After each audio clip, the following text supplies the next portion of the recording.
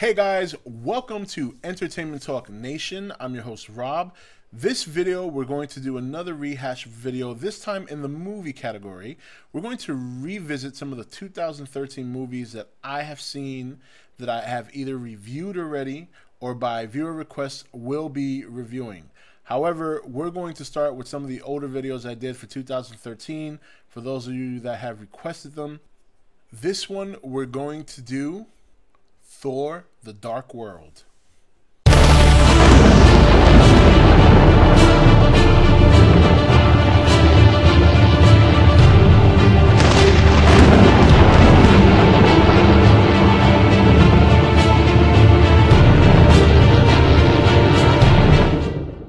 Okay guys, welcome back. So first of all, just to let you guys know, I'm not going to be really talking about the plot in this review.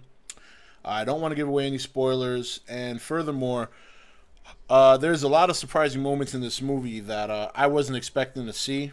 You know, I read about several reviews on the movie. They weren't very favorable, but you know, I really don't know what kind of movie those reviewers are watching. I mean, it's not a complex story. Obviously, it's obviously good versus bad.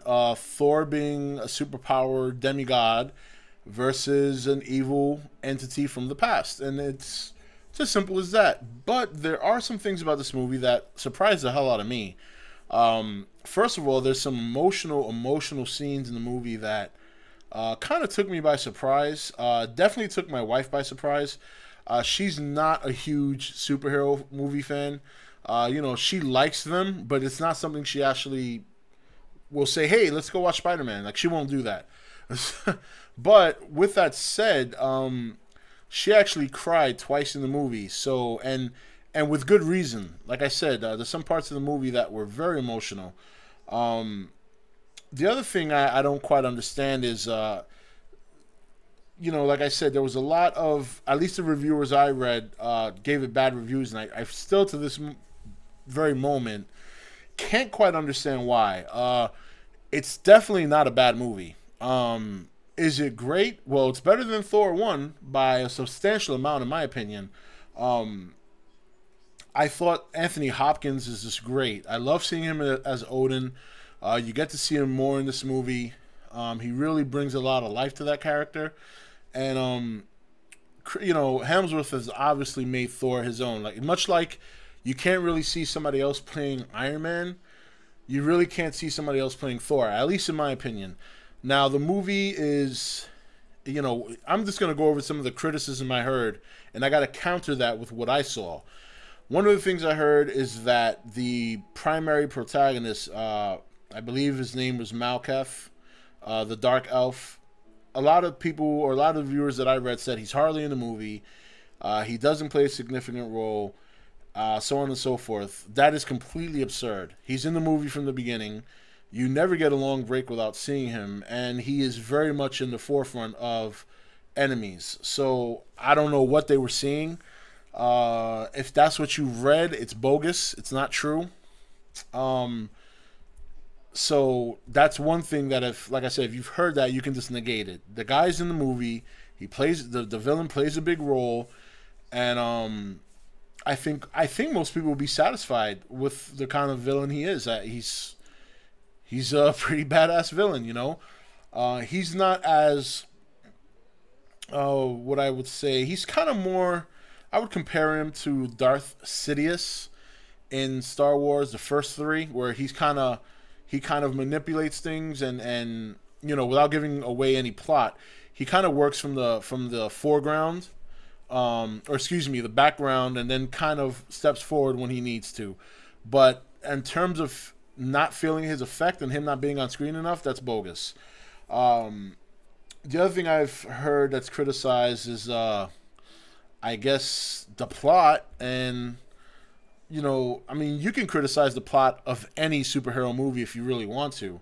You know, they're not very complex. They're simple stories, but to me, simple doesn't necessarily mean bad. I don't think you have to go into every movie and try and analyze and break down everything. And I also don't think you have to go into every movie and switch your brain off.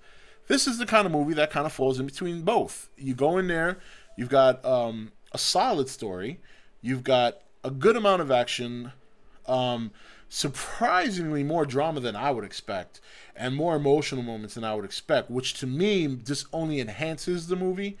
You definitely have your Easter eggs. I'm not going to get into those. You're going to have to find them yourself, but, you know, don't just think it only happens at the end credit scene. There are a lot of Easter eggs, some more obvious than others, but they're there. You just got to look for them.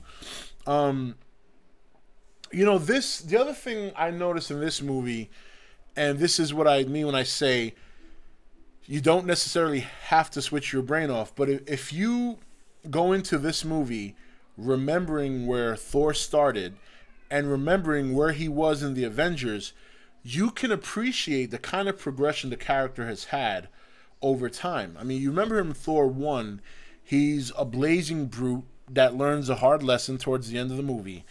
In the Avengers, you see he's kind of smartening up a little bit, but he's still a bit of a brute that doesn't really use his head and doesn't know when to wake up in terms of his brother. In this movie, you see somebody who's really grown. He's really wise, really smart. He's not as much of a big, brainless brute anymore. And he's just changed. He's changed a lot. And I think when you look at it from that angle, you can appreciate the character more, which in turn makes you appreciate the movie more. So if you've read bad reviews, much like anyone else will tell you, go see it for yourself. You know, when I read the bad reviews, and I often do not let bad reviews manipulate me at all, but I was kind of concerned a little bit. You know, obviously when you hear what other people have to say, you're always going to take that into account. But I got to say, I don't know what they were watching. I really don't. It's either a hate for the genre, a hate for the character. I kind of noticed that Hollywood tends to lean its shoulder towards Iron Man because of Robert Downey Jr., who is a very gifted actor. But that doesn't mean that the other actors playing their respective roles in the Marvel Universe are any less fun to see. Chris Hemsworth was a lot of fun to see. Renee Russo was awesome in the movie. She's got some good shining moments, albeit small ones, but they're excellent. Anthony Hopkins, like I said, is just phenomenal in this movie. You get to see a lot more of him. He has a huge impact. Every time he has a scene, it just kind of, he takes over that scene. You know, he is so Odin that it's not even funny. Like, he is so that role now. You know, you do have your small comedy moments, but much like most other Marvel movies, it fits at the time it happens. You never get that odd comedy moment in the middle of any kind of serious action or serious moment. I don't want to say too much about Loki, except that he will have a significant impact and that you will love him every time he's on screen. It's a great movie. It's really, really good. Much better than the first one. A great addition to the Marvel series. I believe this just enhances the Thor character more. You know, that first movie was very simple, very, you know, this is Thor, here you have it. But this movie, definitely a lot better. A lot of great action. It's not oversaturated. You get decent storytelling. You know, it's not Oscar winning. You know, it's not going to be that. But it's a good story. It's a basic story about good and evil, and there's nothing wrong with simple stories as long as you have good elements within it. You got great acting, surprising drama and emotion. That's probably the most surprising thing for me. You have great Easter eggs. It's a fun movie. You're not going to be disappointed if you see it. Let's put it that way. So, you know, if I had to rate it on a scale of 1 to 10, I'd give it an 8, which is more than I would have given Thor, the first one. The first one to me wasn't bad. I enjoyed it, but it definitely doesn't deliver what you get here. So that's my review. I recommend you guys to go see it. Lots of Easter eggs, so pay attention. I would say there's about 8 of them. You know, and go judge for yourself. Definitely don't listen to the critics. I don't know what the hell they were watching. I gotta be honest. I don't know what they were watching. So last thing I want to tell you is what trailers were shown before the movie. Obviously, the X-Men trailer was shown, Days of Future Past. Captain America was shown, and I got to say, that movie looks great. I'm definitely excited to see that one in March. They showed a movie with Vince Vaughn called The Delivery Man. Looks kind of funny, but just keep your eyes out, fellas that have a girlfriend or a wife. Looks like it could be a chick flick on the down low. Uh, because when my wife looked over to me and she said she wanted to see it, I was like, oh, this must be a chick flick or something in there I don't know about. And they're disguising it as a comedy, so. But it does look kind of funny. Another movie they showed for a trailer was a movie with Kevin Hart and Ice Cube called The Ride Along. That looks very funny. See, Iron Man, Captain America. Excuse me, Captain America, X-Men, Delivery Man. Oh, another Hunger's Game preview. A preview for a Disney movie coming out this winter called Frozen. And I think that's about it. I think those are about all the trailers we got. So, you guys can maybe look online and check those out if any of those sound interesting. But outside of that, that's it for this review. I give Thor an 8 out of 10. I thought it was a great movie, better than the first one. It had lots of elements of everything. Good action. I think it's a good setup for his third movie, which obviously we're gonna see, and obviously they're setting up a lot of other things, but I don't want to give anything away. Go check out the movie, tons of Easter eggs, and I'm not going to give away the plot because it was a very good plot, albeit simple, and I think you guys will be more than satisfied when you go see the movie. All right, so thank you for watching this video, and I'll see you during the next one. Take it easy, guys.